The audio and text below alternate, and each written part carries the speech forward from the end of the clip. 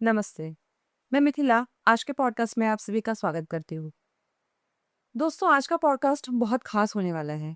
खास इसलिए होने वाला है क्योंकि जिनसे हम जुड़ रहे हैं वो व्यक्ति ही बहुत खास है।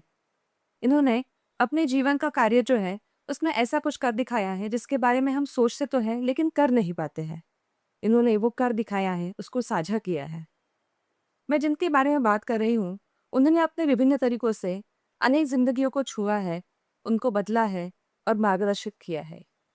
ये एक लाइफ कोच है, पेरेंटिंग कोच है, ये काउंसलर भी है, साउंड हीलर भी है, ये एक स्पिरिचुअल गाइड है और एक ऑथर भी है। हाल ही में इन्होंने अपनी एक बुक भी पब्लिश की है। आइए मिलते हैं अंकुर मेहता जी से। अंकुर मेहता जी, आपका बहुत बहुत स्वागत है। बहुत बहुत धन्यवाद मिथिला जी। आपके माध्यम से टाइनी ड्रीम्स के सभी दर्शकों को मेरा भावभरा प्रणाम, अभिनंदन। और मार्गदर्शन तो भगवान करते हैं। हाँ, ये मुझे याद रहता है कई बार कि भगवान कृष्ण ने अर्जुन से कहा कि निमित्त भव सव्यसाचिन, हे सव्यसाची, हे अर्जुन तू निमित्त भव। तो हम सब जो दर्शक किसी देख रहे हैं, आप, मैं, ये पूरी टीम किसी ना किसी रूप में निमित्त हैं किसी किसी के जीवन को स्पर्श करने के लिए। मैं खुद को सौभाग्यशाली मानता हूँ कि भगवान ने कुछ ऐसे अनुभवों से जीवन को गुजारा, ऐसे पड़ाव आए जीवन में जिससे कभी आश्रम जीवन में भी रहे, कभी कॉर्पोरेट जगत में भी रहे, और अब अपनी एक यात्रा चल रही है जिसे हमने पॉज एंड लर्न नाम दिया है कि ठहरो और सीखो। तो वो यात्रा भी अब 9 वर्ष पूरे कर चुकी है। तो उसमें अनेक लोग संपर्क में आते गए और मूल उद्देश्य यही रहा कि लोगों के जीवन में वो जहाँ हैं उनकी कॉन्शियसनेस को स्पर्श कर सकें, थोड़ा अपलिफ्ट कर सकें, जिससे कि हर व्यक्ति अपने जीवन के समाधान को प्राप्त करने के लिए थोड़ा सा आगे बढ़ सके। इसको यूँ समझ सकते हैं कि किसी की गाड़ी अगर धंस जाए तो वो मिट्टी में अगर उसे निकालने की कोशिश करता है ना, तो खूब एक्सेलरेट करता है तो और ज़्यादा धंसती जाती है। तो समझदार व्यक्ति कहता है कि यहाँ एक पत्थर लगाओ या लकड़ी का टुकड़ा लगाओ और फिर एक्सेलरेट करो। तो मैं बस वो पत्थर का टुकड़ा हूँ और लोग अपनी गाड़ी खुद खींच रहे हैं। बस हाँ, ये निमित्त बनने का सौभाग्य मिलता है तो उससे आत्मसंतोष भी मिलता है और आप जैसे अच्छे लोगों से मिलना होता रहता है। बहुत ही खूब कहा भैया आपने। भैया, लेकिन ये इसका बीजांकुरण कहाँ से हुआ? मतलब कॉर्पोरेट जगत से कहीं आपने एमबीए किया, कॉर्पोरेट में भी आपने जीवन व्यतीत किया, बैंगलोर में थे आप। आपकी सहचारिणी मंजिरी दीदी जो है, वो भी आईबीएम में काम कर चुकी है। अभी वो अलग दुनिया है, उस दुनिया से निकल के आध्यात्म के मार्ग पे जाने का आपने मतलब क्या प्रेरणा मिली आपको जिससे आप इस मार्ग पे निकले? मुझे लगता है महाराष्ट्र में विशेष रूप से जो हमारे बॉम्बे के परिजन हैं ना, वो इस बात को बड़े अच्छे से समझ पाएंगे कि बम्बई में जब आप किसी को स्टेशन पर छोड़ने जाएं और इतनी भीड़ हो कि ट्रेन में धक्का मुक्की में पता लगा आप भी चढ़ गई और ट्रेन चल पड़ी। मेरे साथ कुछ ऐसा ही हुआ कि मैं तो तो अध्यात्म की ट्रेन में चढ़ने का कुछ मेरे जीवन में मुझे नहीं लगता था कि कोई ऐसा बहुत बड़ा टर्न आएगा और सब छोड़ छाड़ के आश्रम में चले जाएंगे। पर भीतर से ही एक कॉलिंग तो बाद में आई, पर उस धक्के ने मुझे चढ़ा दिया और फिर अब जिस ट्रेन में चढ़ा तो मुझे ऐसा लगा कि ये एक अच्छी ट्रेन है, सही गंतव्य पे जा रही है और इसमें चढ़ के बड़ा यात्रा आनंदमयी हो गई है। तो फिर क्यों जहाँ हैं वहाँ रहकर अपने जीवन को इधर-उधर एनर्जी को डिस्पर्स करें। वरना मैं भी बहुत एम्बिशियस हुआ करता था एक समय में कि नाम कमाना है, पैसा कमाना है, पद-प्रतिष्ठा कमानी है। एवरेज मिडिल क्लास फैमिली से राजस्थान में मेरा जन्म हुआ, पिताजी बैंक में थे। तो ये लगता था कि नहीं, बेटा बड़ा हो और खूब पैसा कमाए, और हमें भी लगता था कि हाँ, धन जीवन के सुख का एक माध्यम है। जैसा कि किसी भी यंगस्टर को लगता है आज कि मुझे अच्छा पैकेज मिलेगा तो मैं ज़्यादा अपनी ज़रूरतें पूरी कर पाऊँगा, अपनी विशेज़ पूरी कर पाऊँगा। पर ये भी हम सब जान रहे हैं आज कि अगर उसी दौड़ में भागने वाले व्यक्ति का जीवन देखें तो सब कुछ मिलने के बाद भी वो अधूरापन, वो अकेलापन, वो बोझ, वो हताशा, निराशा हमारे साथ है। और कहीं ऐसा लगता है कभी-कभी कि सबसे छुटकारा मिल जाए। तो ये सौभाग्य रहा, मुझे तो यूँ कहूँगा, या एक दूसरे तरीके से समझें तो जैसे छोटा बच्चा अगर घर में कुछ खेल रहा है और उसके माता-पिता ऑफ़िस से आएँ, बाज़ार से आएँ, उसके लिए कुछ विशेष वस्तु लाएँ, तो वो अपने खिलौने छोड़ के उस विशेष वस्तु के पीछे भागता है। तो मुझे वो विशेष वस्तु, वो आनंद कहीं अपने गुरु की बातों में मिल गया। और जब मैं संपर्क में आया तो मैं उन्हें गुरु नहीं मानता था, लेकिन ये हुआ कि अरे! ये तो वो बात कह रहे हैं जिससे मुझे एक शाश्वत आनंद की प्राप्ति हो सकती है। तो ये छोड़ना मेरे लिए त्याग नहीं रहा कि मैंने बहुत बड़ा त्याग किया हो। एक तरह से लालच ही रहा कि जिस सुख की मैं कल्पना कर रहा हूँ, वो ये संसाधन मुझे नहीं दे पाएँगे, और अगर दे भी पाएँगे तो लिमिटेड दे पाएँगे। हमारे पास कितना पैसा हो, कितनी प्रतिष्ठा हो, कितना बढ़िया बिस्तर हो, लेकिन वो मुझे नींद नहीं दे पाएगा। कितना भी अच्छा भोजन हो, लेकिन वो मेरी भूख शांत कर पाएगा कि नहीं, इसकी गारंटी नहीं। कितने भी अच्छे मेरे कुटुंबीजन हो, लेकिन मेरी भावनात्मक इमोशनल फुलफिलमेंट को पूरा कर पाएंगे कि नहीं कर पाएंगे ज़रूरी नहीं। वो हो भी रहा है, लोगों के पास फैमिलीज़ हैं, घर हैं, अच्छे नाम, पद, प्रतिष्ठा, डेज़िग्नेशन सब कुछ है। लेकिन कहीं न कहीं वो हैप्पीनेस इंडेक्स लो हो गया है हमारा, भीतर की शांति खो गई है। तो मुझे वो कहीं मिलने लगी, तो मुझे लगा कि इन सबको छोड़ देते हैं, या ये वही वो छूट गया, और इसमें बहुत बड़ा सहयोग मंजरी का रहा, क्योंकि उनको 7-8 बरस हो गए थे कॉर्पोरेट जगत में, मुझे भी 4 साल हो गए थे। मैंने पढ़ाने का काम भी किया, मैं एमबीए कॉलेज में पढ़ाता था। तो देखा कि ये सब जब लोगों से संपर्क होता ही है, पढ़ाने में आपको बच्चों को टच करते हो, तो क्यों ना कुछ ऐसी चीज़ लोगों तक पहुँचाने का प्रयास करें, और पहले खुद उसे अनुभव बनाएँ। तो वो सीखने के लिए एक तरह से, जैसे पहले गुरुकुल हुआ करते थे, तो हम अपने गुरु के धाम, उनके आश्रम हरिद्वार में, शांति कुंज उसका नाम है, 9 वर्ष हमने वहाँ बिताए। तो मैं कई बार इसको मिथिला जी ऐसे कहता हूँ कि 9 महीने माँ के गर्भ में रहे और 9 साल गुरु के गर्भ में रहे। और उन्हीं की आज्ञा से, उन्हीं की प्रेरणा से, यद्यपि वो शरीर में तो नहीं है, उनकी लेखनी के माध्यम से ये प्रेरणा मिली कि समाज में रहकर, वो कहते थे जैसे एक सैनिक कैडेट आता है इंडियन मिलिट्री एकेडमी में और सीखता है और देश की सेवा करता है, ऐसे तुम भी यहाँ सीखे हो जो उसे समाज में बाँटो। एक सुंदर परिभाषा से अपनी वाणी को यहाँ विराम दूँगा। वो कहते थे कि आश्रम का अर्थ ये नहीं है कि जहाँ आकर तुम सिर्फ़ अपनी साधना और बिल्कुल व्यवस्था में रहकर माला जपो और वो सब करो। जहाँ आत्मा का श्रम किया जाता है, आत्मा के लिए श्रम किया जाता है, आत्मा के उत्थान के लिए, उसे आश्रम कहते हैं।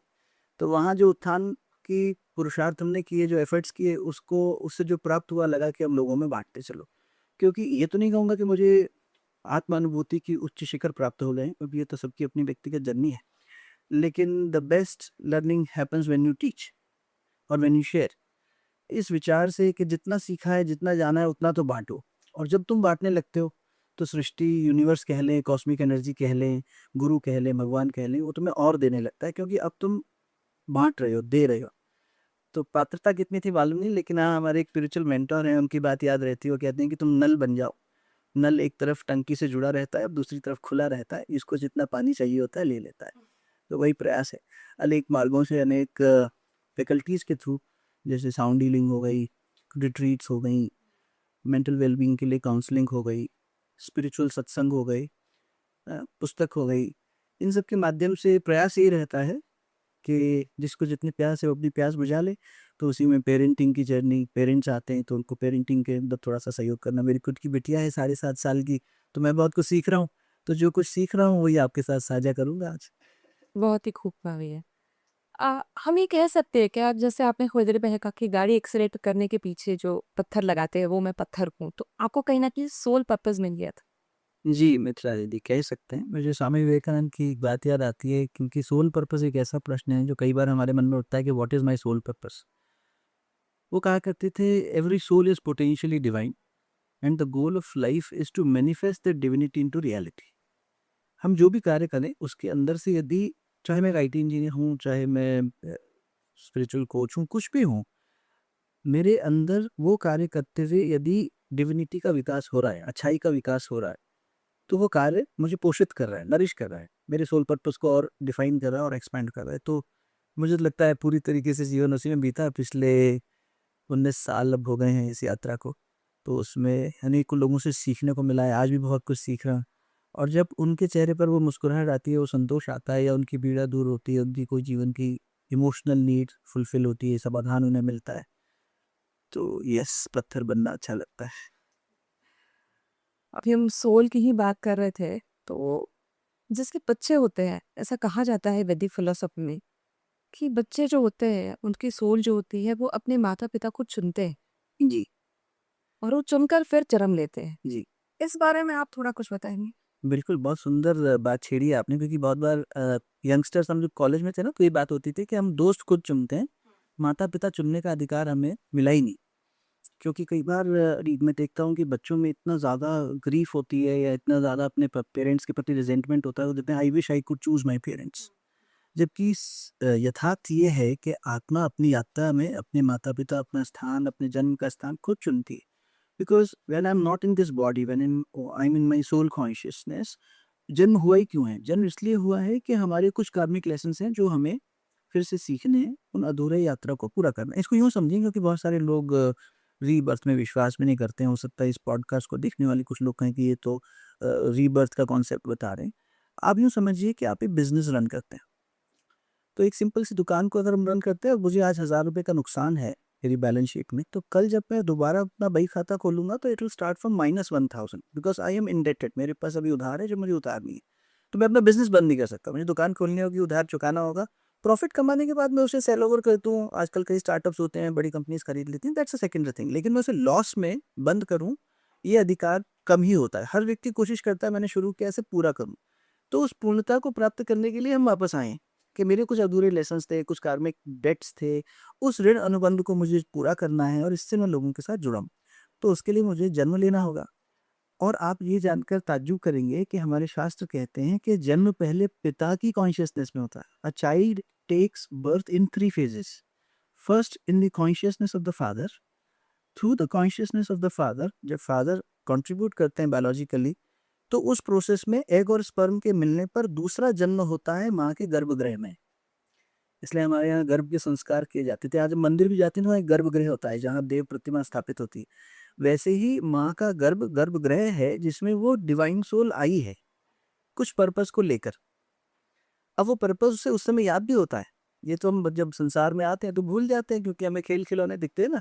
जैसे हम मान लीजिए हमारी माँ हमसे कहे जाओ बाजार से सामान ले आओ, कुछ मेहमान आने वाले। मुझे बहुत अच्छे से याद है, हम छोटे थे तो शारजा कप हुआ करता था, सचिन तेंदुलकर खेला करते थे, तो घर में टीवी नहीं होता था। तो हम बाजार जाते थे तो एक शोरूम के बाहर जहाँ पर खूब सारी टीवी लगे हो वहाँ की स्क्रीन के पास खड़े होकर मैच देखने लग जाते थे और भूल जाते थे कि घर वालों ने क्या काम देने के लिए भेजा है। ऐसा ही हुआ, हम जिस पर्पस के लिए आए वो हम भूल गए। पर्पस था लेसन्स को लर्न करना, पर्पस था अपने अंदर की दिव्यता को निखारना। माध्यम अलग अलग बन सकते हैं, हमारी स्किल्स अलग हो सकती हैं, प्रेफरेंसेस अलग हो सकते हैं, यात्रा अलग अलग हो सकती है, लेकिन लर्न तो हम लेसन ही करने आए हैं और उसके माध्यम से दूसरों से और अपने इन बंधनों से जो मेरे अटैचमेंट के, ग्रीड के, एंगर के, जिसको हम शास्त्रीय भाषा में कहते हैं कि काम, क्रोध, लोभ, मोह, मद, मत्सर, ये 6 राक्षस हैं जिन्होंने हमें पकड़ रखा है। कामनाएं, क्रोध यानी एंगर, लोभ, मोह, ग्रीड एंड अटैचमेंट, और मद यानी ईगो, और मत्सर यानी ईर्ष्या। इसलिए मदिरा शब्द भी उसी से बना है कि आदमी मद में भी बहक जाता है और मदिरा पी के भी बह जाता है। तो ये जो हमारे बंधन है ये हम ही ने बनाए हैं अपनी अज्ञानता के कारण, क्योंकि भूल गए पर्पस क्या था। तो मुझे बार बार वो लेसन सिखाया जाता है। जैसे हमारे घर में बच्चा, क्योंकि आज हम पेरेंटिंग में खुद बातें करने वाले हैं, तो बच्चा कुछ अगर नहीं सीख पा रहा होता तो हम नए नए तरीके निकालते हैं जब तक वो उसको लेसन लर्न ना हो जाए तब तक। उसी तरीके से जब तक हम ये लेसन लर्न ना कर लें, ईश्वर मान लें अगर हम ईश्वरवादी हैं तो, सुपर इंटेलिजेंट सिस्टम मान लें अगर हम निराकारवादी हैं तो, एथीस्ट हैं तो भी, एक सिस्टम है जो गवर्न कर रहा है पूरी इस प्रोसेस को। और ये एल्गोरिथम, चाहे मैट्रिक्स मूवी से सीख लें, हमारे यंगस्टर्स आजकल मूवी बहुत देखते हैं, चाहे वो इंसेप्शन मूवी हो जिसमें सपने में एक सपना चल रहा है, ये सारे स्पिरिचुअल कॉन्सेप्ट्स को आज अच्छे तरीके से दिखाया जा रहा है। तो हम समझ सकते हैं, हम रिलेट कर सकते हैं। मैट्रिक्स कह रही है मूवी कि अगर आपने वो फ़ोन कॉल रिसीव कर लिया तो आप एजेंट से बच जाओगे। तो वो इनर कॉलिंग हम सबके पास है और वो हमें बताती है कि तुम्हें ये सीखना है, ये नहीं सीखना है, ये करना है, ये नहीं करना है। क्योंकि बहुत बार हमें मोरालिटी और वैलिडेशन के नाम पर ये जाता है कि हम बच्चों को क्या सिखाएँ, कैसे सिखाएँ, तो ये इनर वैलिडेशन अगर वो सीख जाए तो अच्छा होगा। तो गोइंग बैक टू दिस, कि जो हमारा ये लर्निंग फ़ेज़ है, जब तक हम इस लर्निंग फ़ेज़ को पूरा नहीं कर लेंगे, हमें आना पड़ेगा। तो आने के लिए पिता का चुनाव करना पड़ेगा। फिर सेकंड फ़ेज़ में माँ के गर्भ में इम्प्लांटेशन, जिसे बायोलॉजी कहती है, वो इम्प्लांटेशन होगा, फ़ीटस बड़ा होगा, और थर्ड फ़ेज़ में जो जन्म हुआ वो हुआ है कमिंग इंटू द वर्ल्ड। और इसीलिए मैं बार-बार कहता हूँ कि पेरेंटिंग बच्चे के जन्म से पहले शुरू हो जाती है। माता-पिता भी जिन्हें बनना है, वो भी एक अच्छी सोल को इनवाइट करना चाहते हैं, उनके साथ उसका कार्मिक कनेक्ट है। तो उस कार्मिक कनेक्शन के नाते वो आ रही है, तो कम से कम अपना गर्भगृह भी हम शुद्ध रखें, अपना जीवन भी शुद्ध रखें और उसके बाद उसको अच्छे संस्कार और अच्छा वातावरण दें ताकि वो अपने सोल पर्पस को फुलफिल कर सके। वो तभी होगा जब मैं भी इतना अवेयर होऊँगा as a parent, as a partner in this relationship, तब जाके कहीं ऐसी स्थिति बनेगी कि मैं, मेरा जीवन साथी और मेरा बच्चा तीनों मिलके एक दूसरे को हेल्प करेंगे अपने उस डिविनिटी को बढ़ाने में, अपने उस सोल पर्पस को फुलफिल करने में। तो yes, the child definitely chooses the parents in this phase as per the scriptures also, and it is not a random happening, it is a perfect design, and the design promotes the soul to choose the parents and to journey further. भैया बहुत बारी ऐसा होता है कि हम बच्चों को ना डिसिप्लिन करना चाहते हैं, उनको करेक्ट करना चाहते हैं कि आप ये करो, वो ना करो। कहीं-कहीं बच्चा सुनता है, कहीं नहीं सुनता है। जी। बट मुझे पर्सनल लेवल पे ऐसा लगता है कि कहीं न कहीं हम उनका जो मूल स्वभाव है, उनका बेसिक नेचर जो है, उसके साथ छेड़छाड़ कर रहे हैं। डिसिप्लिन तो लगाना चाहते हैं एज ए पेरेंट, बट कहीं उनका मूल प्रभाव ना दब जाए कहीं। ये जो स्वभाव शब्द है ये हमने बहुत क्योंकि इंग्लिश में हम इसके लिए बिहेवियर शब्द इस्तेमाल कर लेते हैं और कहीं ना कहीं वो पूर्णता तक नहीं पहुंचा पाता। स्वभाव का अर्थ हुआ स्व का भाव। भाव यानी वैल्यू। जैसे आप बाजार जाते हैं और आप कहते हैं भैया क्या भाव दिया सामान, तो वो सब्जी वाला आपको उसकी कीमत बताता है। हमारा भाव, स्व का भाव यानी उस स्व जो सोल है, जो प्योरिटी है, उसका भाव, उसकी वैल्यू क्या है, व्हाट डज इट वैल्यू। तो अगर आप सोच कर देखें, हमारे श्रोता खुद से पूछ कर देखें कि we value love, we value peace, we value happiness, we all value this, but somehow we are craving for it, क्योंकि हमें ये मिल नहीं रही है। हमें कहीं ना कहीं लग रहा है कि ये इस चीज़ से मिल जाएगी। हम आनंद में जीना चाहते हैं, इसलिए हम जो भी संबंध बनाते हैं उसमें आनंद खोजते हैं। हम परमानेंसी में जी रहे हैं। Soul is always permanent, body is temporary, mind is temporary. तो मेरा वेरी बेसिक नेचर क्या है, जो हमारे गुरुजन हमें कहते हैं, सत्यचित आनंद स्वरूप हो। तो तुम एब्सोल्यूट हो, तुम हमेशा रहने वाले हो, तुम चैतन्य स्वरूप हो, तुम आनंद स्वरूप हो। लेकिन अपने इसी स्वरूप को हम भी भूल गए और हम अपने बच्चों को भी नहीं बता पा रहे। तो हो ये रहा है कि हम उस आनंद को, उस परमानेंसी को अचीव करना तो चाह रहे हैं। मैं घर भी बनाता हूँ तो सोचता हूँ हमेशा इसमें रहूंगा, परमानेंसी। दो the algorithm doesn't allow me. Algorithm ये है कि आज ये चीज़ है, कल नहीं रहेगी। 200 साल पहले, 100 साल पहले, 50 साल पहले मैं कहीं और रहता था या मेरे पेरेंट्स कहीं और रहते थे, आज मैं कहीं और रहता हूँ, मेरे बच्चे इस शहर में रहेंगे, कहीं और रहेंगे, I do not know. So it is changing. इसी को मिथ्या कहते हैं, माया कहते हैं, विच इज़ नॉट परमानेंट। तो हम उन्हें, उनके बिहेवियर को जब ऑल्टर करने की कोशिश करते हैं, तो if we are not aware of the स्वभाव, और वो हम तभी अवेयर हो पाएंगे जब अपने अपने उस भाव को भी हम वैल्यू करेंगे, तो हम उनके उस भाव के साथ निश्चित छेड़छाड़ करेंगे। और जब हम किसी को कहते हैं करेक्ट करने के लिए, तो ये भी ध्यान देना चाहिए दीदी कि शासन और अनुशासन में अंतर है। यदि आप मुझे बता रहे हैं मुझे कैसे जीना है और हमेशा आपके बताए ही मुताबिक मुझे चलना है, तो I am your slave. No one wants to be slave, everyone wants to be free and liberated. तो हम अपने उस घुटन को, फ्रस्ट्रेशन को बच्चे फिर देखते हैं कहीं और निकालते हैं कि घर में तो मुझे अपने मुताबिक करने नहीं दिया जा रहा, चलो मैं बाहर जाके करता हूं। सही गलत का निर्णय बच्चे जब तक नहीं कर पा रहे तब तक माता उसे प्रस्तावित करे, पिता उसे प्रस्तावित करे। It should be more of a proposal, we should discuss about it. और उसका वैलिडेशन अगर बच्चे के अंदर से उसे मिल जाए, तो बच्चे को पता चलेगा कि ये सही है। उसका क्यों मूल स्वभाव, तुमने तुमने अगर ये बदमाशी खुश होने के लिए करी, तो क्या तुम्हारे को खुशी मिली? हम ये कन्वर्सेशन नहीं कर पाते। हम ये कहते हैं तुम सोफे पे मत कूदो, तुम्हें चोट लग जाएगी या कहीं दूसरे का नुकसान हो जाएगा। उससे खंडित क्या हुआ? If I am valuing that material more, ये सोफा खराब हो जाएगा, मैंने अभी सफाई करके रखी थी, या सामान टूट जाएगा, तो उसे लगेगा इनको सामान की कीमत ज्यादा है, मेरे एंजॉयमेंट की कीमत कम है। तब भी उसमें गैप आ जाएगा। फिर हम उसे कहेंगे कि ये तो जनरेशन गैप है, सीखते नहीं है। वास्तव में वो इमोशनल गैप है। मेरी इमोशनल अवेलेबिलिटी या मेरा कम्युनिकेशन उनसे ठीक नहीं हो रहा है।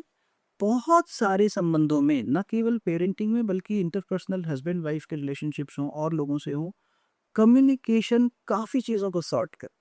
आई एम श्योर आपने ऐसे वीडियोस देखे होंगे जहाँ बुजुर्गवार ये कह रहे हैं कि इतने सालों तक हम प्यार से इसलिए जी पाए क्योंकि रात को सोने से पहले हम अपने सारे इश्यूज सॉर्ट करके सोते थे। We will not carry the burden with ourselves. Communication gap होते ही हमें लगता है कि जनरेशन गैप है, ये जेन जी है, ये जेन अल्फा है, हम बेबी बूमर्स हैं, कोई कुछ है, हमने टैग्स लगा दी हैं। अलग अलग टर्म्स। हाँ, क्या दो भाइयों में गैप नहीं देखा आपने? कम्युनिकेशन नहीं हो रहा है, आपस में मुंह करके बैठे हैं, बात ही नहीं कर रहे हैं, धीरे धीरे दूर अलगाव पैदा हो। लगाव का उल्टा हुआ अलगाव। तो वो जो कभी दोस्त बहुत ज्यादा, क्योंकि कम्युनिकेशन बहुत अच्छा। हाँ, तो वो इतना भाइयों जैसे जी रहे, बहनों जैसे जी रहे। तो ये इसीलिए है कि मनुष्य भावनाओं का भूखा है, भगवान भावनाओं का भूखा है। ढाई आकर प्रेम के पड़े सो पंडित हुए। तो वो जो भावना है, जो इमोशनल फुलफिलमेंट है, वो मैं कब दे पाऊंगा? When I feel fulfilled, when I am in stillness. हो ये रहा है। और इसको बहुत ज़्यादा फिलोसॉफिकल या स्पिरिचुअल एंगल से नहीं, आप इंटेलिजेंस के एंगल से देखिए, साइकोलॉजी के एंगल से देखिए, तो एक समय था जब हम कॉग्निटिव इंटेलिजेंस को सब मानते थे। आईक्यू को स्केल करते थे, एग्जाम में तुमने कितना स्कोर किया, तुम्हारी वर्थ ये है, तुम्हारी वैल्यूएशन उससे निकाली जा रही है। तुम्हारा पैकेज क्या है, वैल्यूएशन उससे निकाली जा रही है। बड़ा पैकेज, बड़ा कॉलेज, मतलब इंटेलिजेंट होगा ही। Yes, but वो intelligence होगी one dimensional, which is cognitive intelligence, which says the ability to solve a problem, to generate new ideas, to troubleshoot. That's IQ. But then beyond that Daniel Goleman ने Harvard के professor होते हुए दुनिया के सबसे intelligent बच्चों को study किया 1975 से 95 तक रिसर्च करी 20 साल, और ये हाइपोथेसिस थी कि अगर इंटेलिजेंस ही सब कुछ है, कॉग्निटिव इंटेलिजेंस, तो ये बच्चे तो सक्सेसफुल होने चाहिए, इनको तो बहुत पैसा कमाना, नाम प्रतिष्ठा रुतबा सब मिलना चाहिए। लेकिन 20 साल बाद उन्होंने पाया कि उसमें से कुछ ही लोग सफल हुए, और इन कुछ लोगों के पास जो यूनिकनेस थी वो थी emotional intelligence, which is the ability, ये शब्द मैं यहाँ दोहराना चाहूंगा क्योंकि ये एक क्षमता है, एबिलिटी है, ability to solve problems, troubleshoot ideas is IQ। मेरा बच्चा बहुत अच्छा लॉजिकल रीजनिंग कर लेता है, तर्क कर लेता है, याद कर लेता है चीज़ों को, रिकॉल कर लेता है, ये उसकी IQ हो सकता है।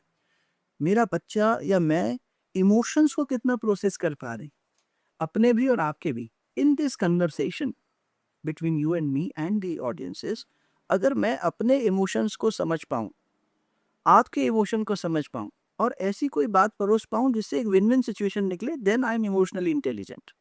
हो ये रहा है कि ना तो मैं इंटेलिजेंट हो पा रहा हूँ, और इसके आंकड़े हैं, अमेरिका जैसे देश ने तो रिसर्च करके देख ली कि अगर EQ स्केल पे, जैसे IQ का स्केल है ना, हाँ। उसको इवेल्युएट करते हैं, EQ के स्केल पे अगर आप एक पॉइंट भी ऊपर चढ़ते हो, which means you are a good team leader और टीम पर्सन, आप दूसरे की सब भावना समझ रहे हो, आप एम्पैथाइज कर पा रहे हो, आप संवेदनशील हो, आप उसकी परेशानी समझ रहे हो, ऑफिस की बात को समझ रहे हो, खुद वो ऑफिस आपको समझ रहा है, इस तरह से एक कोहेसिव टीम, अच्छी टीम्स भी होती हैं ऑफिस में, ऐसा नहीं कि कॉर्पोरेट कल्चर में हमेशा स्ट्रेस है या स्कूल्स कॉलेजेस में हमेशा स्ट्रेस है। तो वो देख रहे हैं कि एक स्केल बढ़ने पर आपकी तनख्वाह कितनी बढ़ेगी ईयरली, कि आप जो लगभग $2000 और ज़्यादा कमा पाओगे अगर आप इमोशनली इंप्रूव होते हो। और फिर जोहार और मार्शल नाम के एक हस्बैंड वाइफ, वही हार्वर्ड यूनिवर्सिटी के, ईयर 2000 में उन्होंने कहा कि अगर इमोशंस और कॉग्निशन, ये दो ही चीज़ें सब कुछ हैं, तो एक चींटी को भी पता है कि घर कैसे बनाना है। हम सीखते हैं हनी दी से कि कैसे हम आर्किटेक्ट करें, तो पंछियों को पता है, चींटियों को पता है, मच्छरों को पता है कैसे जीना है। और दूसरा, इमोशंस ही अगर सब कुछ है, तो पौधों को भी पता है इमोशंस क्या है, फसलों को पता है इमोशंस क्या है। तो मनुष्य सबसे एडवांस्ड कैसे हुआ? जब हम कह रहे हैं कि बड़े भाग मानुष तन पावा, बड़े भाग्य से मिला है। शंकराचार्य जी कहते थे कि मनुष्य का शरीर मिलना, समर्थ गुरु मिलना और मुक्ति की जिज्ञासा होना रेयर होता है। ये अगर किसी के जीवन में आ जाए तो इतनी हमें ह्यूमन लाइफ की महिमा दी गई है, शास्त्रों में भी, गुरुजनों द्वारा भी, और हम भी जान रहे हैं कि अरे यार हम इतने एडवांस्ड हैं। बट क्यों? Just because we are humans, हमने ये सब क्रिएट कर लिया, सीख लिया, तो हम एडवांस्ड हो गए? नहीं। There is another faculty of intelligence, another dimension of intelligence which we have, of course we have to build it, जैसे IQ और EQ। और ये वैज्ञानिकों ने कहा है, जोहार और मार्शल पति पत्नी हार्वर्ड के प्रोफेसर ईयर 2000 में कह रहे हैं, there is another dimension which is called spiritual quotient, जिसको आज कॉर्पोरेट कल्चर में इंटरव्यू के समय देखा जा रहा है। Whether what is your loyalty index, what is your happiness index, क्या आप खुश रहना जानते हैं, क्या आप हमारे साथ लॉयल होकर काम कर पाएंगे, ये सब देखा जा रहा है। इसका भी स्केल बना लिया गया है और उसको मोनिटाइज करके देख लिया कि भाई इसको अगर इंप्रूव करोगे तो कितनी सैलरी बढ़ेगी। ये सब है वहाँ available.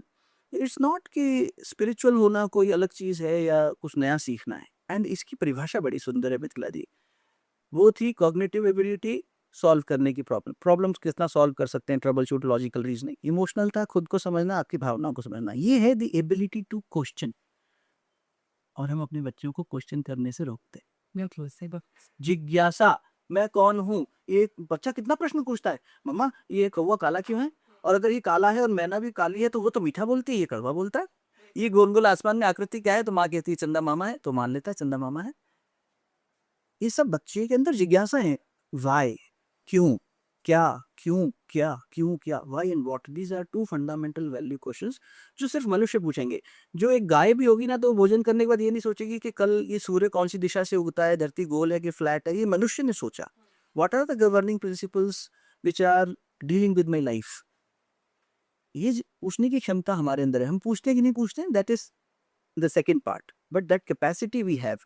Once I grow that capacity within me and I allow an environment, I create an environment which encourages my child or even my subordinate, my team member, to ask reasonable and beautiful questions, and there are no right or wrong questions. बच्चा कुछ भी पूछता है abruptly, हमारे पास उत्तर नहीं होते, तो हम उसको चुप करा देते हैं।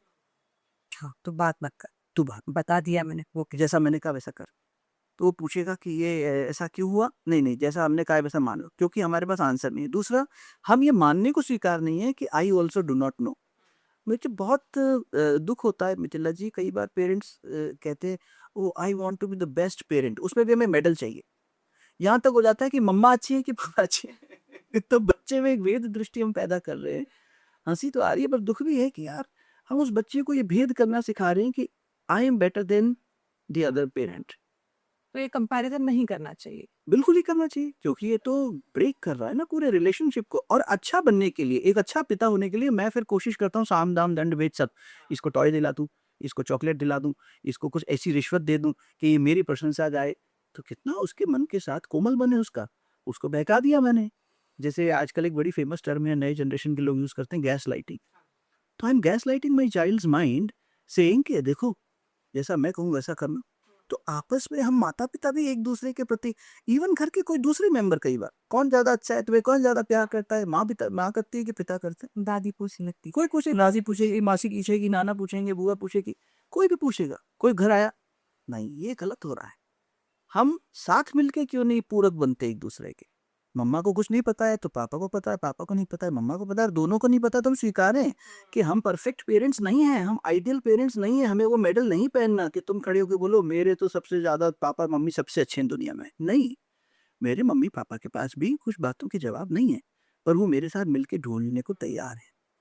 तो मैं अपनी बेटी से अगर ये कहूँ कि नालायनी आई डू नॉट नो, और मैं और तुम मिलकर खोजते हैं, प्रयास करते हैं, भले मैं उसी इंटरनेट का यूज करूंगा जिस स्क्रीन को हम गलत कहते हैं, और उसी स्क्रीन पर बैठ के उसके साथ सर्च करूंगा, तो वो स्क्रीन कितनी पॉजिटिव यूटिलाइजेशन देगी मुझे।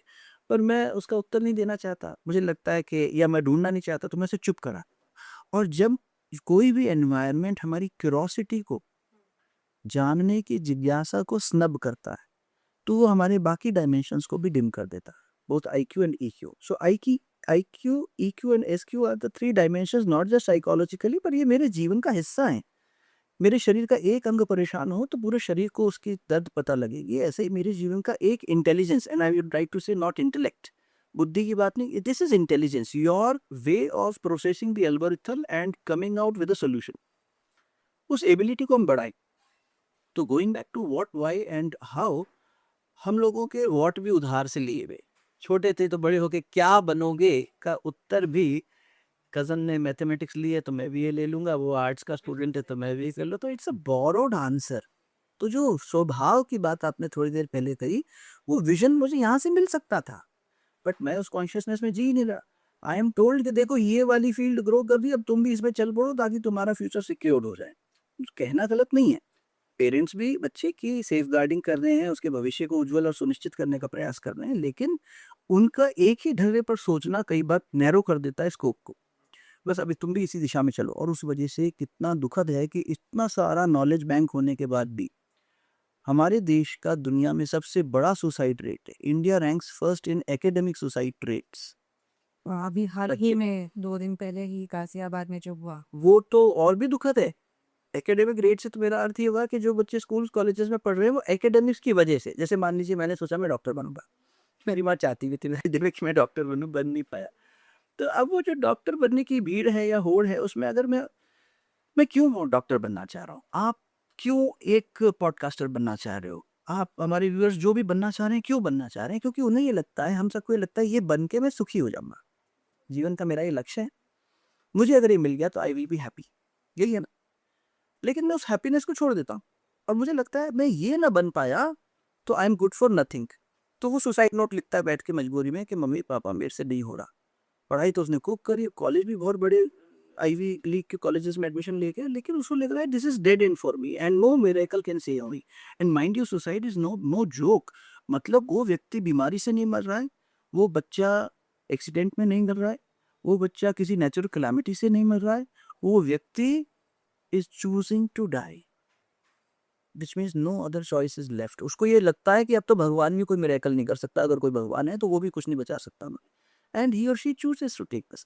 आपने जो बात छेड़ी वो तो और ज्यादा, कि भाई अगर हम बच्चों को नजर में ही नहीं रख रहे और अपने साथ में नहीं बिठा रहे, और हमें ये लगता है कि बस हमारी रिस्पॉन्सिबिलिटी है सुविधाएं इकट्ठी करके देना। एंड पेरेंटिंग की डेफिनेशन ये है कि बढ़िया स्कूल में जाएं, बढ़िया कपड़े पहने, इनके पास गैजेट्स अच्छे हों, इनके सर पे छत अच्छी हो, इनका बिस्तर बड़ा सॉफ्ट मेट्रेस वाला हो, बाइक हो, कार हो, वॉट, तो हर व्यक्ति अपनी अपनी कैपेसिटी से, फाइनेंशियल कैपेसिटी से लगा हुआ है और कोशिश ये कर रहा है कि बेस्ट रिसोर्सेज क्रिएट कर दे। अब वो सुविधाएं तो इकट्ठी कर दी, सुविधा संवर्धन तो कर दिया, लेकिन वो करते करते ही लगा कि हमने इनको दे दिया। अब वो जो 3 बच्चियों की आप बात कर रहे हैं, वो तो अपने रूम में बैठे गेम खेल रहे हैं, माता पिता को पता ही नहीं है।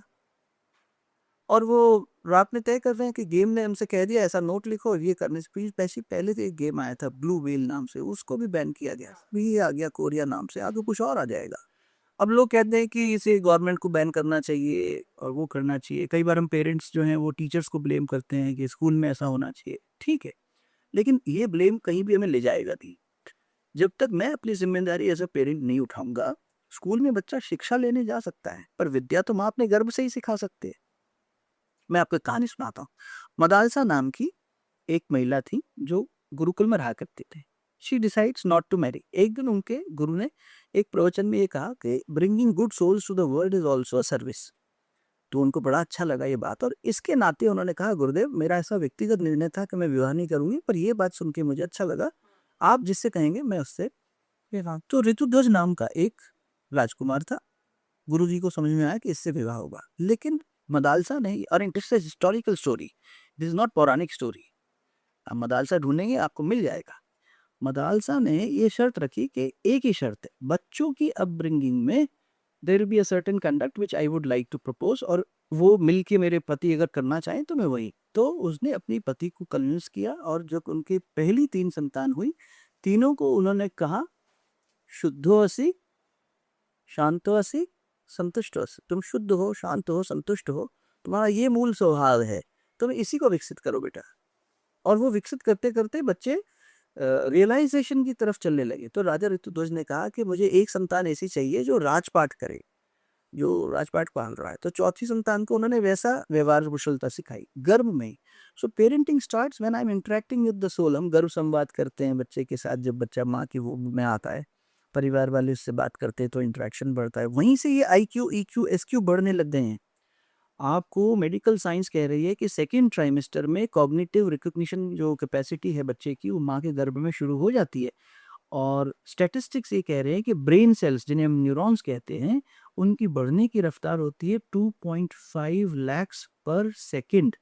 ये मल्टीप्लाई हो रहा है सेकेंड ट्राइमेस्टर में, थर्ड में डबल हो जाएगा, 5 लाख सेल्स पर सेकंड। और जो ये चल रही है सिनॉप्सिस, यानी सिनॉप्स, जो एक सेल दूसरे सेल से बात कर रहा है, जो ट्रांसमिशन हो रहा है इंफॉर्मेशन का, उसकी आंकड़े हैं 1.8 मिलियन, यानी 18 लाख पर सेकंड। इतनी तेजी से प्रोसेसर चल रहा है माँ के गर्भ में, वो सीख रहा है वहीं पर।